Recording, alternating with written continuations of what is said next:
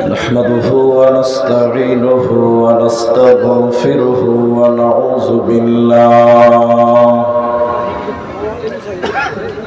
ونعوذ بالله من شرور أنفسنا ومن سيئات أعمالنا من يهده الله فلا مضل له ومن يضلله فلا هادي له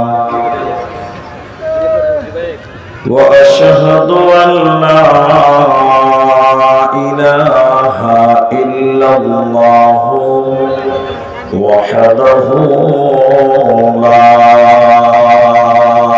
شريك له وأشهد أن محمدا عبده ورسوله أما بعد فإن أصدق الحديث كتاب الله وأحسن الهدي هدي محمد صلى الله عليه وسلم فقد قال الله تبارك وتعالى بسم الله الرحمن الرحيم اليوم نختم على أفواههم وتكلمنا أيديهم وتشهد أرجلهم بما كانوا يكسبون وقال النبي صلى الله عليه وسلم سبعة يظلهم الله تعالى في ظله يوم لا ظل إلا ظله الإمام العادل وشاب نشأ في عبادة ربه رجل قلبه معلق في المساجد أو كما قال عليه الصلاة والسلام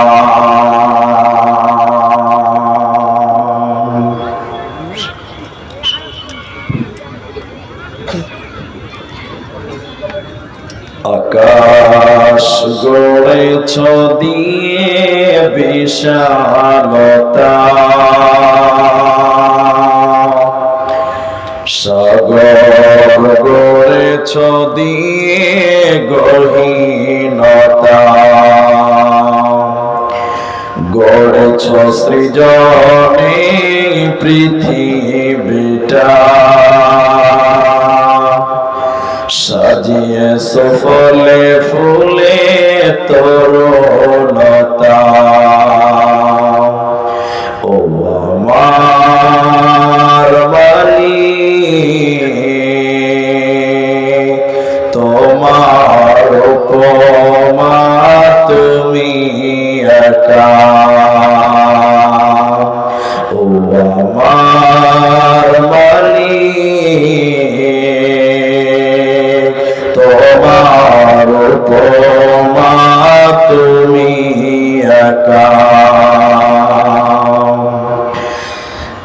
দিয়েছ নদীতে জোয়ার ভাটা রাতের জোছনায় স্নিগ্ধতা দিয়েছ নদীতে জোয়ার ভাটা রাতের জোছনায় স্নিগ্ধতা জ্বলে জোনাকি মিটি মিটি বলে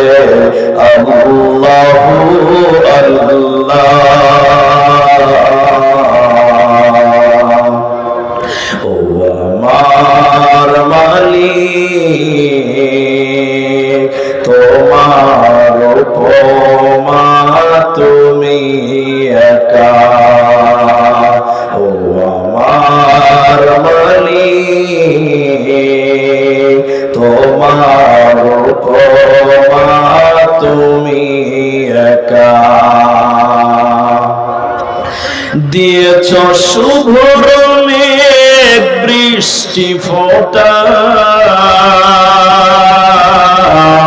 ফসলের জমিনে উর্বরতা, দিয়েছ শুভ মেঘ বৃষ্টি ফোঁটা, ফসলের জমিনে উর্বরতা, রহমের ছায়া নিয়ে রেখেছ ঢেকে তুমি আল্লাহু আল্লাহ। ও আমার মালিক, তোমার উপমা তুমি একা। ও আমার মালিক, তোমার উপমা তুমি একা।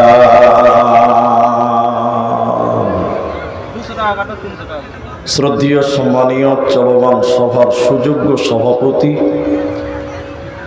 স্টেজে ওলামায়ে কেরাম, অতিথিবৃন্দ, সামনে বসে থাকা দিনদার ইমানদার মুমিন ভাই সকল, দুয়ার কান্টারি মুরব্বী সমাজ, স্নেহের কচি কাঁচা, পর্দার অন্তরালে বসে থাকা মুমিনা সলেহা মা ও বোনেরা, প্রাণ প্রিয় আজকাপাড়া শামসি মালদাবাসী, সর্বাগ্রে সে মহান আল্লাহ তাবারক ওয়া তাআলার প্রশংসা জ্ঞাপন করি যে আল্লাহ তাবারক ওয়া তাআলা আমাদেরকে এক মাদ্রাসা কেন্দ্রিক আয়োজিত মাহফিলে বসিয়ে কোরআন এবং হাদিসের কথা বলার, আপনাদের শোনার যিনি তৌফিক ইনায়াত করেছেন, সেই মহান মনিবের দরবারে শুকরিয়া আদায় করি। আমরা সকলেই বলি আলহামদুলিল্লাহ। দরুদ ও সালাম বর্ষিত হোক সরকারে কায়নাত তাজদারে মাদানী নবী কুল শিরোমণি ইমামুল আম্বিয়া নবী মক্কি নবী মাদানী নবী আহমদ নবী মুহাম্মদুর রাসূলুল্লাহ সাল্লাল্লাহু আলাইহি ওয়াসাল্লাম। আল্লাহুম্মা আমিন। আল্লাহুম্মা সাল্লি আলাইহি, আল্লাহুম্মা বারিক আলাইহি। মোহতারাম ভাইও, আজিজ ও বুজুর্গ দোস্ত, আমি আপনাদের সামনে কোরআনুল কারীমের এক জায়গা থেকে আয়াত এবং হাদিসে নববী থেকে একটি হাদিসের টুকরো পাঠ করেছি। উল্লেখিত আয়াত এবং হাদিসকে কেন্দ্রবিন্দুর মধ্যে রেখে সংক্ষিপ্ত আলোচনা সমাপ্তি করব, যদি আল্লাহ তৌফিক দেন তো। আলাইহি তাওয়াক্কালতু ওয়া ইলাইহি উনীব। আমি আমার আলোচ্য বিষয় বলার পূর্বে আপনাদেরকে দুটি কথা বলি। অনেকক্ষণ বসেছিলাম, বক্তব্য শুনলাম, কিছু লোকের বিভিন্ন রকম মিজাজ দেখলাম, ডিজাইন দেখলাম, তো মানসিকতার উপরে বক্তব্য হবে ইনশাআল্লাহ। এই ভাই বসো বসো, আমি আপনাদের সময়টা নষ্ট করব না। মানুষকে সব রকম বিষয় বুঝতে হয়। বক্তারা, আমি নিজেকে নিয়ে অহংকার করছি না, প্রতিদিনই জালসা করছি, আপনারা সবাই দেখতে পাচ্ছেন অনলাইনের মাধ্যমে। গতকালকে অনেক দূরে প্রোগ্রাম ছিল, রাত জাগা মানুষ বসলেই ঢুলুন চলে আসে। মসজিদে এখানে আছি, এসে বলছে চলেন আপনার টাইম হয়ে গেছে, 40 মিনিট বসে রেখে দিয়েছে। জালসার ডেট নিয়েছে, তার মানে তো মাথা কিনে নেয়নি। যে কি অবস্থা, ড্রাইভার কি নিয়ে জালসে এসেছি, নাস্তা দিচ্ছে, আমাকে দিচ্ছে, ড্রাইভারকে দেয় না। বলছি ভাই ড্রাইভারকে দিবে না, বড় করে দেখছি।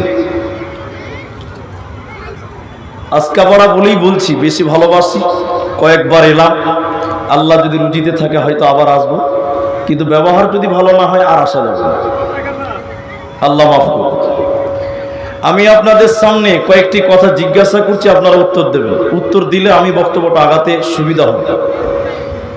আমরা যত মানুষ,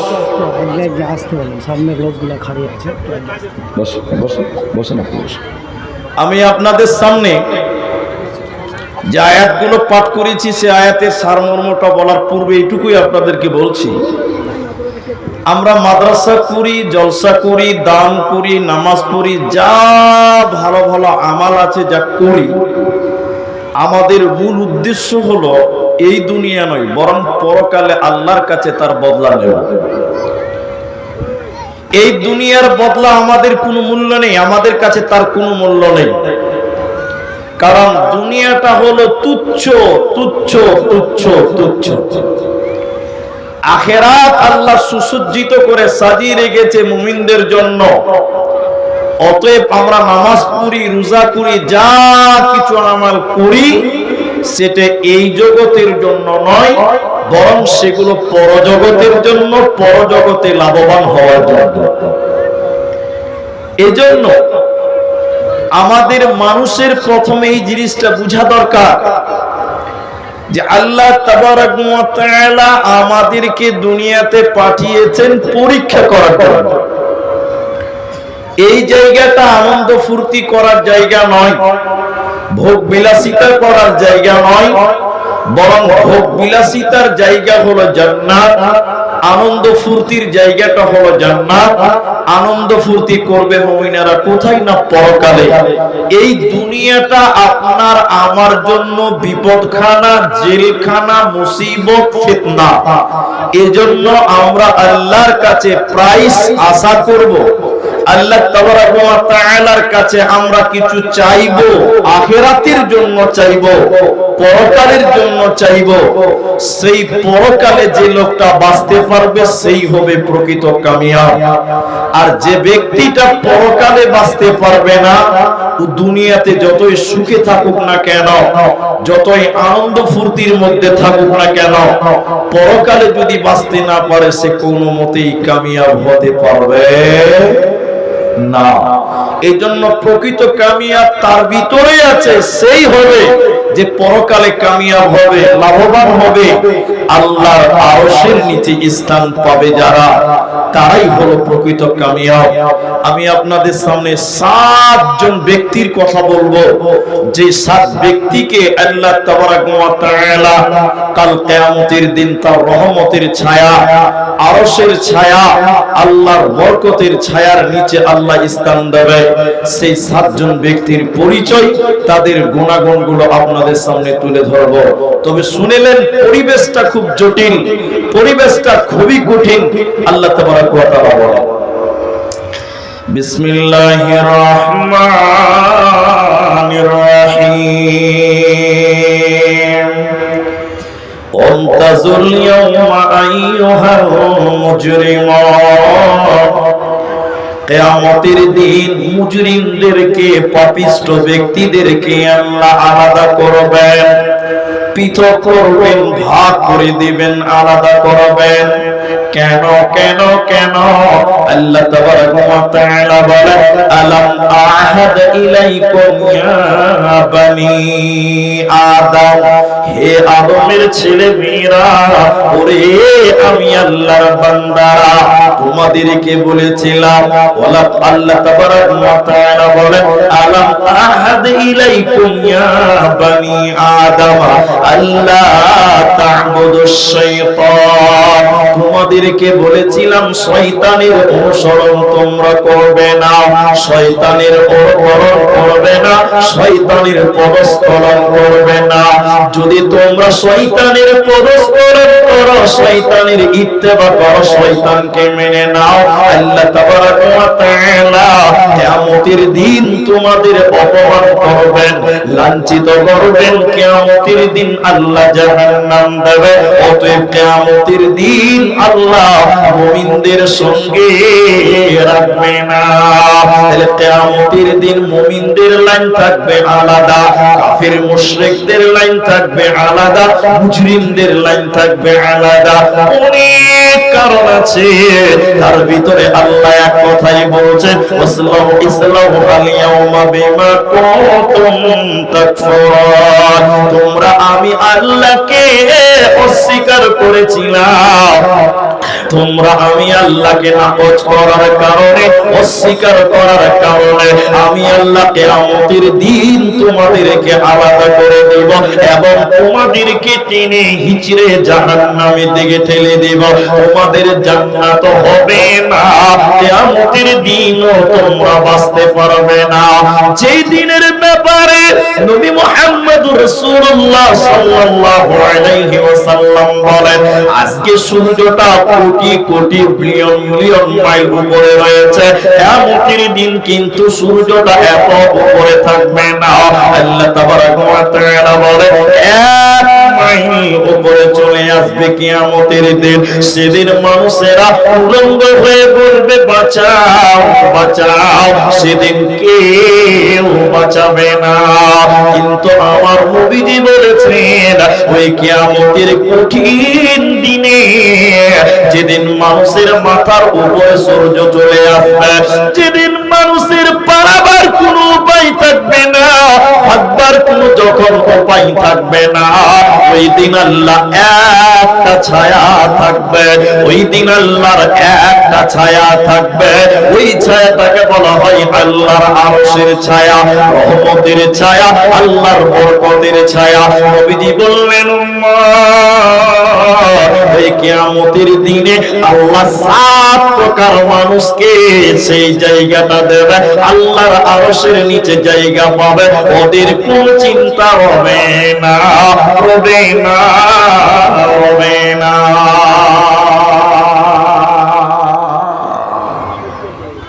এবার মূল আলোচনা, এতক্ষণ ভূমিকায় ছিলাম।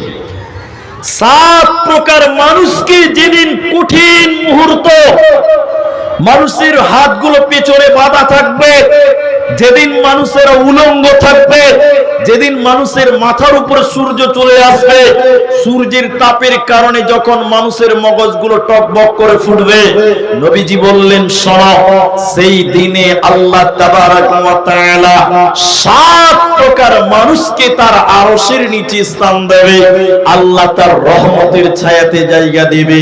ওই ব্যক্তিদের কোনো চিন্তা সেদিন থাকবে না। নাম্বার 1, আল ইমামুন আদিল, ইমামুন আদিল, ন্যায় পরায়ণ নেতা, ন্যায়নিষ্ঠবান নেতা, আদর্শবান বিচারক। সেটা গ্রামের মোড়ল হতে পারে, এলাকার প্রধান হতে পারে, পঞ্চায়েতের মেম্বার হতে পারে, গ্রামের সর্দার হতে পারে। এক কথায় যারা আমানতদার বিচারক, বিচারে কারো উপরে জুলুম করে না, বিচারে কারো উপরে কোন রকম কষ্ট চাপিয়ে দেয় না, বুঝা চাপিয়ে দেয় না, এরকম ইমাম, এরকম নেতা আল্লাহর নবী বলেন, কিয়ামতের দিন আল্লাহ তাকে আরশের নিচে স্থান দেবে।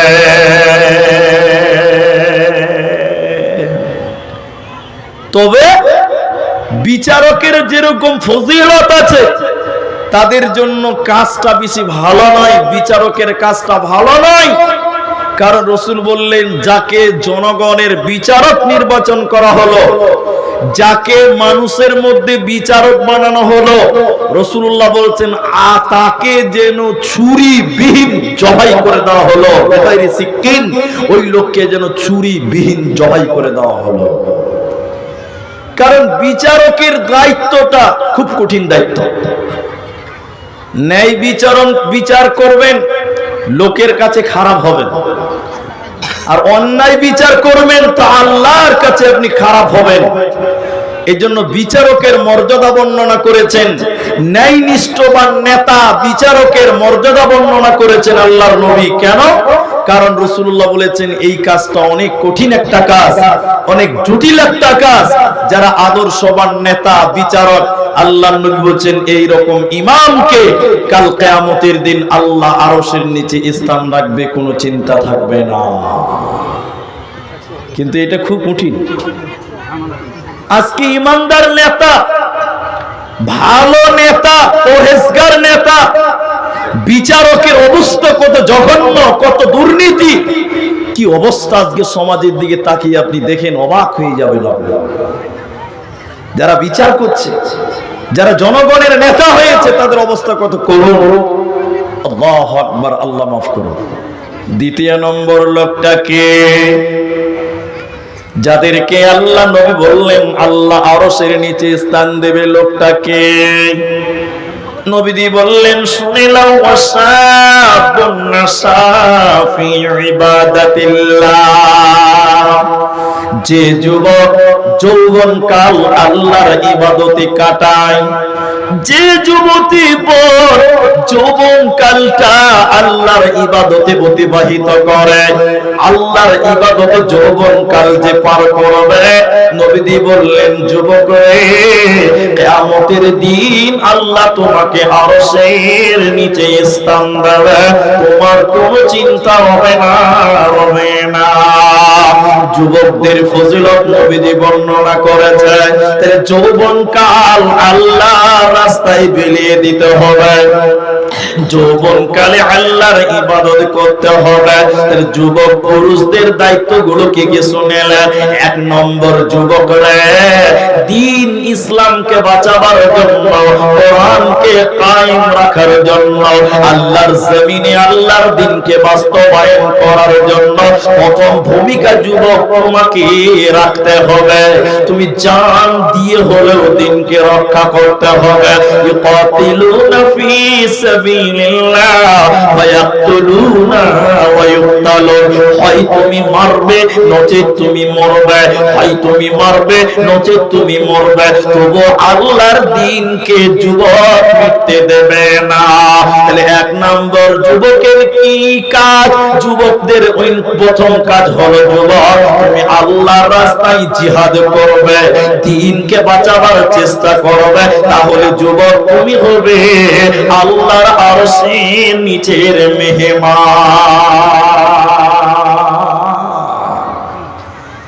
আল্লাহর জমিনে আল্লাহর দ্বীনকে বাস্তবায়ন করার জন্য যেখানে অন্যায়, যেখানে অত্যাচার, যেখানে কোরআনের বিরুদ্ধে কাজ, সেইখানেই ঝাঁপিয়ে পড়বে কারা? তরুণেরা, যুবকেরা।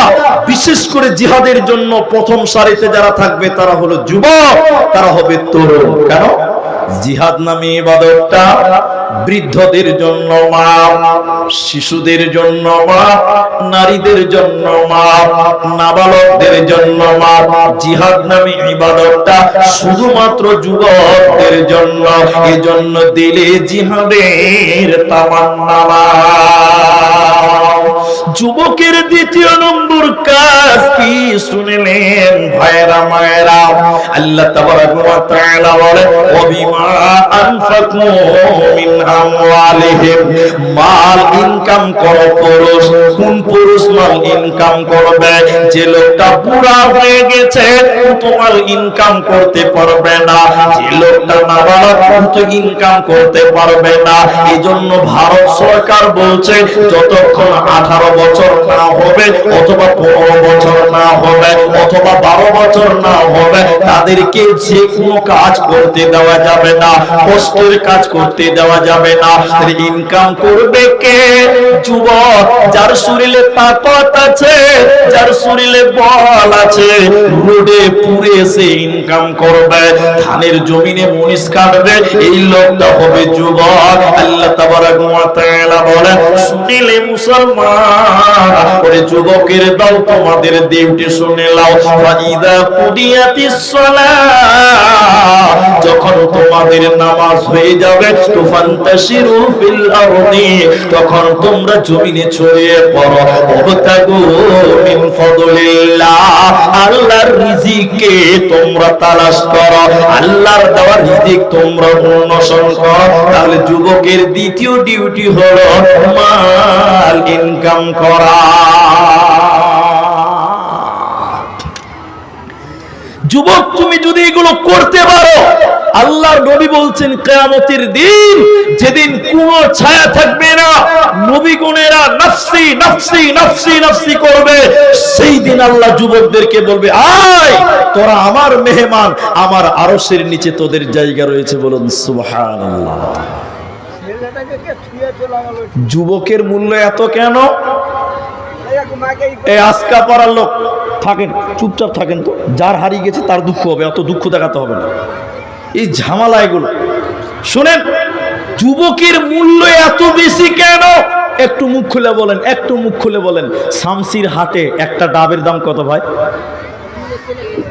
যা বাবা, ৭০ টাকা, ৫০ টাকা। শামসির হাটে একটা কচি ডাবের দাম কত? একটু মুখ খুললেন বলো।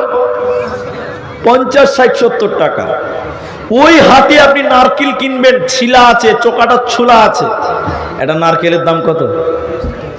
২০ টাকা, ৩০ টাকা। ২০ টাকা ৩০ টাকাতে নারকেল পাওয়া যাচ্ছে, অথচ ডাব কিনতে যাবেন তো ৭০ টাকা লাগছে। আচ্ছা, মানুষের কাছে ডাবের মূল্য বেশি হলো, নারকেলের মূল্য কেমন? তার কারণ হলো ডাবটা হলো কচি, ডাবটাতে অনেক পুষ্টি আছে, কচি, এর মূল্য মানুষের কাছে বেশি হলো। আর নারকেল বুড়া থুপড়ি মাল, মানুষের কাছে দাম হচ্ছে না। আল্লাহ নবী বলছেন, যুবক রে, তোমার দ্বারা যেটা করা সম্ভব বৃদ্ধদের দ্বারা সেটা সম্ভব নয়। তোমার দ্বারা যেটা সম্ভব একদম নাবালকের দ্বারা সেটা সম্ভব নয়। এই জন্য নবীজি বলেছেন, যুবকের মূল্য কত? একটা যুবকের মূল্য কত? একজন যুবকের মূল্য কত? নবীজি বললেন, যুবক রে, যৌবন কালটা তোরা আমি আল্লাহর রাস্তায় পার করে দে, কাল কিয়ামতের দিন আমি তোদেরকে আরশের নিচে স্থান দেব। এজন্য যুবক, যৌবন কাল আল্লাহর রাস্তায় ইবাদত করো, আল্লাহর পথে কাজ করো, মরার পরে কোনো চিন্তা হবে না, হবে না। দিনের পরে যাই রে ডুবি, এসে ধরো হার, এসো যুবক, এসো সেবক, এসো মায়ের লাল, এসো যুবক, এসো সেবক, এসো মায়ের লাল। আজ মুসলমানকে যাই না চেনা তার কাটিং শাটিং এ, হালাল ফেলে মেতেছে সব মদারাফিং এ, জাতি কুসুবেদের হাতে হলো রে পয়মাল, এসো যুবক, এসো সেবক, এসো মায়ের লাল, এসো যুবক, এসো সেবক, এসো মায়ের লাল। অতএব নওজওয়ানের দল, তোমরা আল্লাহর ইবাদত করো। যুবতী বোনদেরকে কোনো কাজ নাই? না না, যুবতী বোনদের কাজ আছে। যুবতী বোন রে, যে বোনটার বিয়ে হয়নি, যে দিদিটার বিয়ে হয়নি, শুনেলেন, আপনি আপনার সতীত্বর গ্যারান্টি দেন, আপনি আপনাকে হেফাজত করেন, আপনার ইজ্জতের হেফাজতটা আপনি করেন। আল্লাহ তাবারাক ওয়া তাআলা বলেন, শুনে নাও, ওয়া হাফাযনা ফুরুজাহুন্না, ওরে নারী কো, তুমি তোমার সতীত্বর হেফাজত করো, তুমি তোমার লজ্জাস্থানের হেফাজত করো। তার কারণ নবী মুহাম্মদুর রাসূলুল্লাহ সাল্লাল্লাহু আলাইহি ওয়াসাল্লাম বলছেন, দুই ঠোঁটের মাঝখান, দুই ঠোঁটের মাঝখান, দুই ঠোঁটের মাঝখান মানে জবান, জিহ্বা। আর নবী বলছেন, দুই পায়ের মাঝখান মানে লজ্জাস্থান। নবী বললেন, দুই পায়ের মাঝখান যে হেফাজত করবে আর দুই ঠোঁটের মাঝখান জবানকে যে হেফাজত করবে, আমি নবী ওর জন্য জান্নাতের জিম্মা হয়ে গেলাম, ওকে জাহান্নাম দেওয়া হবে না, হবে না।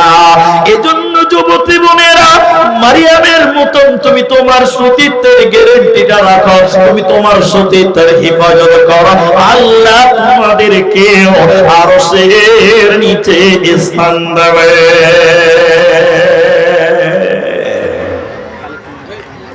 নাম্বার ৩, নবী বললেন, শুনে নাও, রাজুলুন কলবুহু মুআল্লাকুন ফিল মাসাজিদ। আল্লাকুন, আল্লাকুন মানে লটকানা, আল্লাকুন মানে লটকানা মানে ঝুলানা। রাজুলুন কলবুহু মুআল্লাকুন ফিল মাসাজিদ। রাসূলুল্লাহ বলেন, যার অন্তরটা, যার অন্তরটা, যার দিলটা মসজিদে ঝুলিয়ে রাখে রে, এই লোককে আমার আল্লাহ কিয়ামতের দিন তার আরশের নিচে স্থান দেবে। এই লোকের কোনো চিন্তা হবে না। আপনি বলবেন ভাই পাগল হলে মানুষের অন্তর মসজিদে লাটকানা যায়, আল্লাহ কোন মানে লাটকানা, তো মানুষের অন্তর কি মসজিদে ঝোলানো যায়? যায়। এদিকে দেখেন যায়। একটা 65 বছরের বয়স্ক মানুষ, 70 বছরের বয়স্ক মানুষ আসরের নামাজ পড়ে লাঠি ভর করে করে বাড়ি এসছে। বাড়ি এসে একটু চায়ের দোকানে গেছে, রুস্তম ভাইয়ের চা দোকান, চা খেয়ে টুক করে ওখানে বলছে কটা বাজলো ভাই? দোকানে কি বলছে কটা বাজলো? দোকানে বলছে কেন দাদা? বলে মাগরিবের টাইম হয়নি। হ্যাঁ এখনই অনেক টাইম আছে, এখনও মাগরিবের টাইম হয়নি। বুড়া এবার টুকটুক করতে করতে চা এক কাপ খেয়ে বাড়ি এসে ওর পতিনকে বলছে রোজিনা, এই রোজিনা কটা বাজলো? কেন দাদা? বলে মাগরিবের টাইম হয়নি। আরে এখনই মাগরিবের টাইম হয়নি, এখানে অনেক দেরি আছে। হ্যাঁ খানিকক্ষণ পর বুড়া ওর বুড়িকে বলছে কই জি কটা বাজলো? তখন ওর বুড়ি বলছে খানিক টাইম টাইম কেনা কেনা কেনা কেনা কেনা করছো? কি হয়েছে এত গুজুর গুজুর করে টাইম দেওয়ার কি দরকার?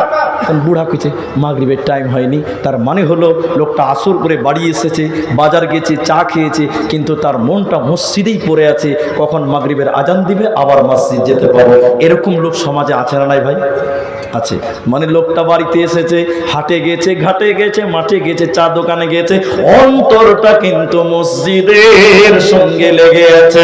নবী বললেন শুনে নাও, রাজুলুন কলবুহু মুআল্লাকুন ফিল মাসাজিদ, যার অন্তরটা মসজিদের সঙ্গে ঝোলানো থাকে রে, এই লোকের কিয়ামতের দিনে কোনো চিন্তা হবে না, হবে না।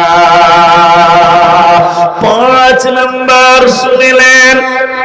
4 নাম্বারটা শুনিলেন, নবীজি বললেন এমন লোক দিনের জন্য বন্ধুত্ব করে, দিনের জন্য শত্রুতা করে, দিনের জন্য মহব্বত করে, দিনের জন্য শত্রুতা করে, এরকম ব্যক্তিদেরকে আমার আল্লাহ কিয়ামতের দিনে তার আরশের নিচে স্থান দেবে। আল্লাহ কোনো চিন্তা হবে না, হবে না। এই আজকাপাড়া গ্রামে আমি পরপর 4 বার এলাম। এবার আমি এসেছি, আমাকে কেউ চেনে না, আমি কাউকে চিনি না। আমার আলাউদ্দিন ভাই বলছে ভাই কি খাবেন? চা খাবেন, কফি খাবেন, রুটি খাবেন, ভাত খাবেন, চলেন বিরিয়ানি খাবো।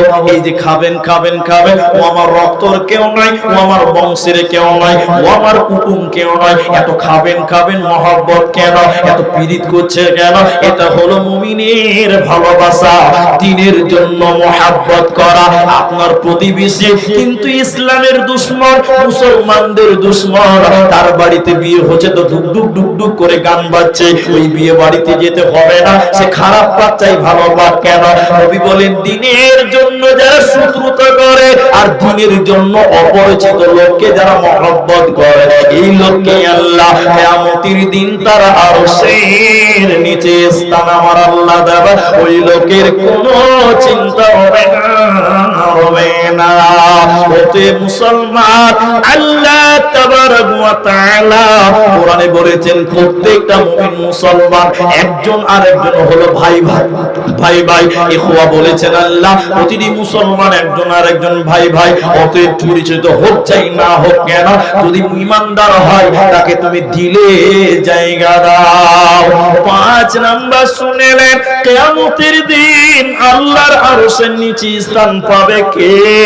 ওরে আমার বেটি রে, বোন রে, মা রে, খালা রে, আমার শুনেলেন নবী বলেন একটা সুন্দরী মহিলা, মেয়েটার গায়ের রং সাদা, মেয়েটা দেখতে খুব রূপসী, খুব সুন্দর। মেয়েটা শুধু সুন্দর নয়, বিরাট বড় লোকের একটা মেয়ে, মেয়েটার বংশ ভালো, মেয়েটা দেখতে ভালো। এরকম একটা সুন্দরী বড় লোকের বেটি এটা ছেলেকে বলছে চলো চলো চলো চলো জিনা করিগা, চলো চলো চলো চলো পালিয়ে বিয়ে করে নেগা, পৃথিবীর কেউ জানবে না। নবীজি বললেন শোনো, ওই যুবক যদি তখন মেয়েটাকে বলতে পারে বোন রে, ইন্নী আখাফুল্লাহ, আমি আল্লাহকে ভয় করি বোন আমার, আমি এ গুনাহ করতে পারবো না, আমি এ পাপ করতে পারবো না। যে যুবক ফিরিয়ে দিতে পারবে, নবী বলেন যুবক রে, কিয়ামতের দিন যখন কোনো ছায়া থাকবে না, সেদিন আল্লাহ আরশের নিচে স্থান দেবে, কোনো চিন্তা হবে না।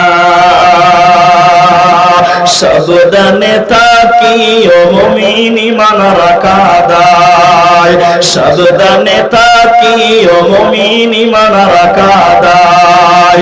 কিয়ামতের আলামত ভাবে বুঝা যায়, সাবধানে থাকিও মুমিন ঈমান রাখা দায়, সাবধানে থাকিও মুমিন ঈমান রাখা দায়। কি লিখিব ভাই বাংলার বাণী,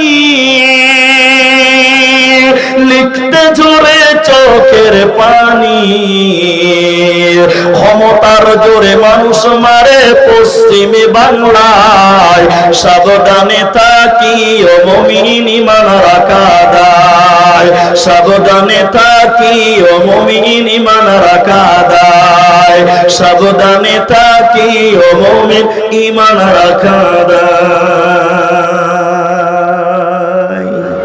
1 মিনিট একটা কথা বলে নেই।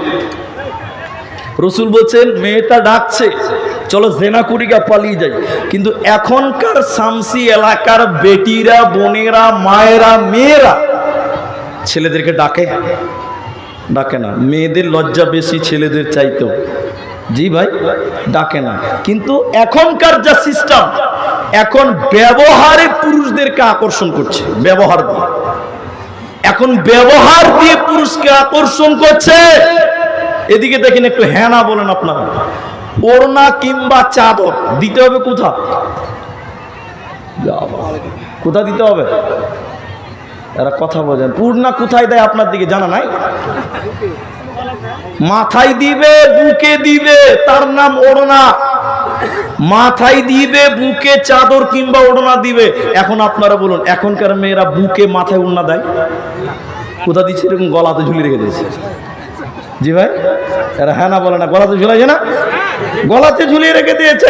মানে ওর বুক উঁচু করে পুরুষকে আকর্ষণ করছে। করছে কি করছে না বলুন?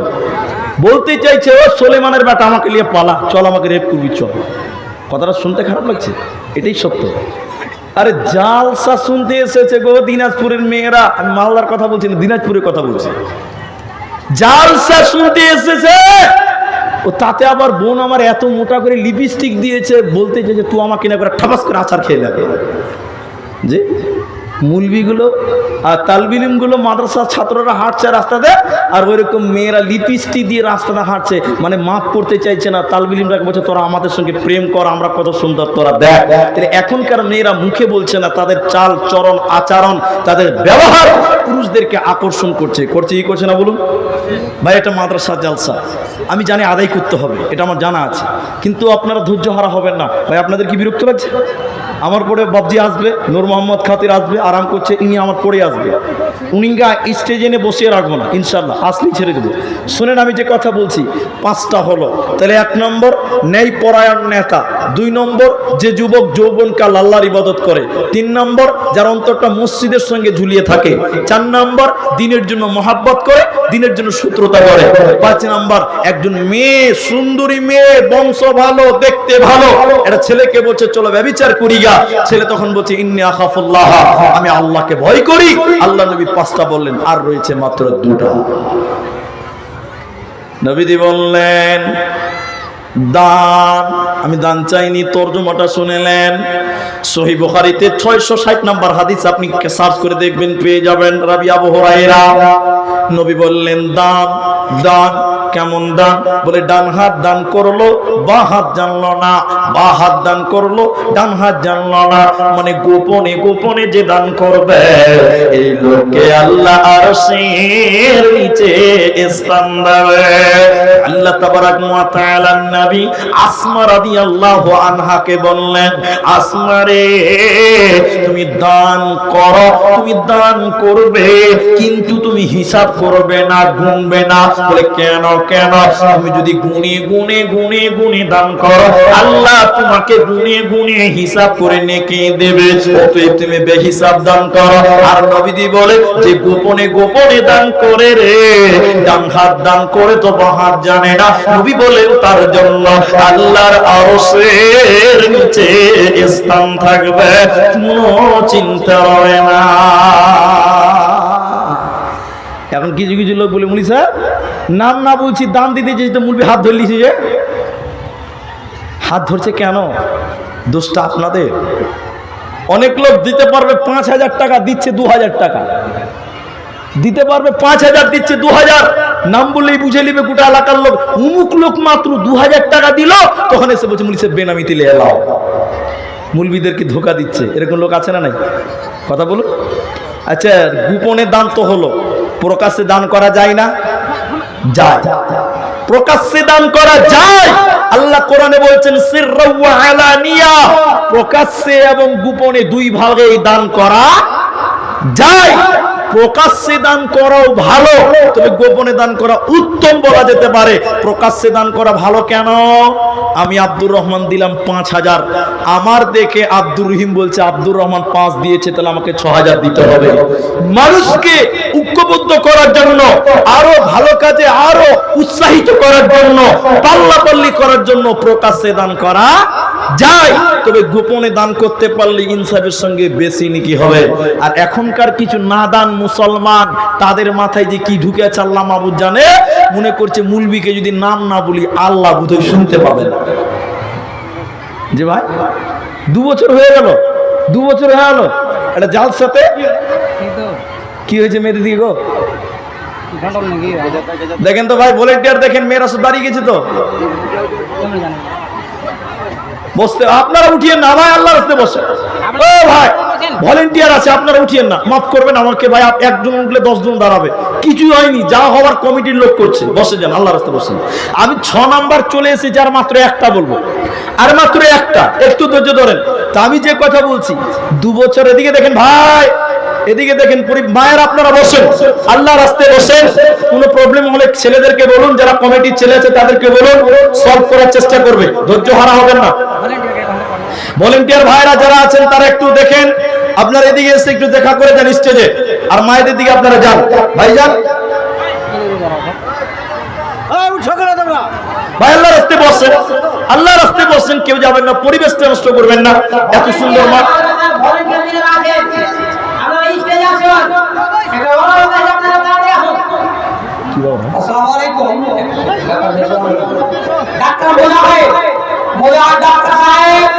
এবং যত সমাজের শান্তি কমিটির যুবক আছেন, শান্তি কমিটির যুবক কোথায় আছেন, তাড়াতাড়ি স্টেজে আসবে।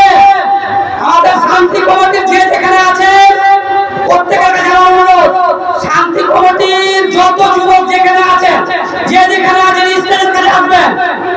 অনুরোধ, খুব তাড়াতাড়ি আসবেন আপনারা। শান্তি কমিটি আজকে শান্তি কমিটির প্রত্যেকের কাছে অনুরোধ, আপনারা যে যেখানে আছেন প্রত্যেকে স্টেজের কাছে আসবেন। মা বোনাবার আপনাদেরকে জোরহাত করে বলছি, ছোট ভাইয়ের আবদারটা রাখেন, দাঁড়ায়েন না, বসে যান। ভাই আপনারা বসেন, বসেন, আপনাদেরকে জোরহাত করে বলছি বসেন। এত সুন্দর পরিবেশটা নষ্ট করবেন না, মাফ, আল্লাহ মাফ করুক আমাদেরকে। আপনারা বসে যান, আল্লাহ রাস্তায় বসে যায় ভাই, আল্লাহ আমাদের বোঝার তৌফিক দান করে। বসে যায় ভাই, যা হয়েছে সমাধান হবে ইনশাআল্লাহ, পরিবেশটা নষ্ট করিয়েন না। ভলেন্টিয়ার ভাই যারা আছেন তারা দ্রুত স্টেজের কাছে আসুন, আপনারা একটু লক্ষ্য করুন ভাই আমার। তো বসে যান, আসে আল্লাহ রাস্তায় বসে যান।